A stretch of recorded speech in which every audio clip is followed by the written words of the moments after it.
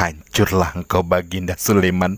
Sekarang engkau akan melihat bahwa aku Datuk Maringgi, satu-satunya orang yang kaya di daerah ini. Tak mungkin engkau menyaingin aku.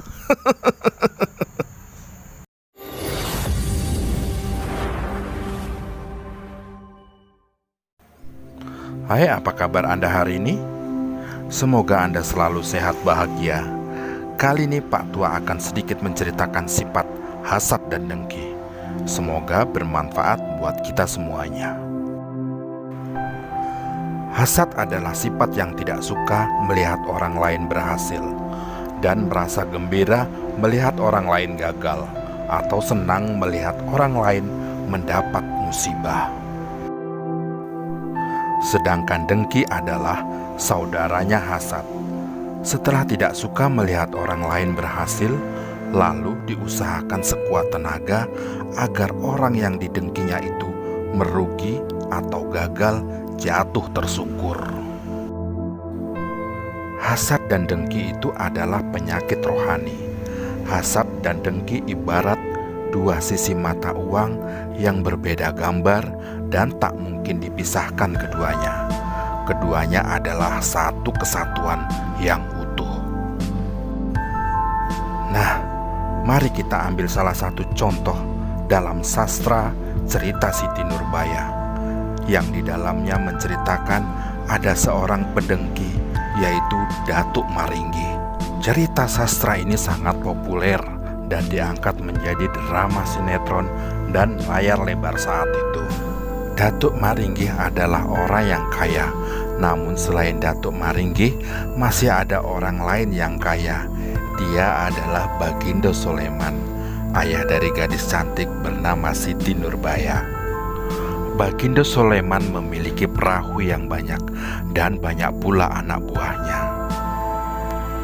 Melihat hal seperti ini menimbulkan rasa hasad dan dengki di hati Datuk Maringgi, sebab keberadaan Baginda Sulaiman merupakan saingan baginya. Menurut Datuk Maringgi, semestinya yang kaya itu hanyalah dirinya saja, sedang yang lain hanya orang miskin. Nah, adanya Baginda Sulaiman sebagai orang kaya kedua, maka rasa hasad dan dengki di hati Datuk Maringgi semakin menjadi-jadi. Awalnya Datuk Maringgi hanya bersifat hasad, namun lambat laun perasaan itu meningkat menjadi dengki. Di saat seperti itu maka mulailah Datuk Maringgi menjalankan siasatnya. Siasat apakah itu? Mari dengarkan cerita selanjutnya. Pada suatu hari dikumpulkanlah anak buahnya di suatu tempat, dan Datuk Maringgi memberikan instruksi yang harus dilaksanakan oleh anak buahnya, dan ia berkata, "Wahai anak buahku sekalian, kalian tahu kan kalau aku adalah orang yang kaya di daerah ini? Dan aku tak ingin ada orang lain yang kaya selain diriku. Aku tak senang melihat kekayaan Baginda Sulaiman. Di mataku, dia adalah sainganku. Oleh sebab itu, aku perintahkan pada kalian semua di sini agar dalam waktu dekat kalian harus pergi di malam hari di saat orang yang sedang tidur. Adapun tugas kalian adalah membakar seluruh perahu Baginda Sulaiman. Tugas ini harus kalian laksanakan sebaik-baiknya, tidak boleh gagal.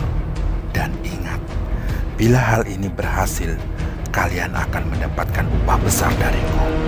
Dan jangan sampai hal ini diketahui oleh orang lain." Nah, begitulah Datuk Maringgi menginstruksikan niat busuknya kepada anak buahnya. Kemudian, ibarat kata pepatah, mujur sepanjang hari dan malang sekejap mata. Rupanya apa yang direncanakan Datuk Maringgi benar-benar terjadi. Kenyataannya, seluruh perahu Baginda Sulaiman hangus terbakar. Yang tertinggal hanya puing-puing abu derita. Maka tak ayal lagi, Baginda Sulaiman pun jatuh bangkrut. Setelah kejadian itu, Datuk Maringgih tersenyum dan merasa sangat senang sambil berkata di dalam hatinya, "Hancurlah engkau Baginda Sulaiman.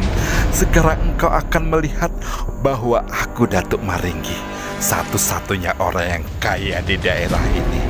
Tak mungkin engkau menyaingi aku." Nah, rasanya cerita Datuk Maringgih telah cukup menggambarkan atau contoh buat kita semua orang yang bersifat hasad dan dengki. Lalu, apakah Anda pernah mengalaminya dan merusak kehidupan Anda? Tulis di kolom komentar. Sampai di sini perjumpaan kita, dan pastikan Anda selalu bersama Pak Tua. Semoga Anda selalu sehat dan bahagia.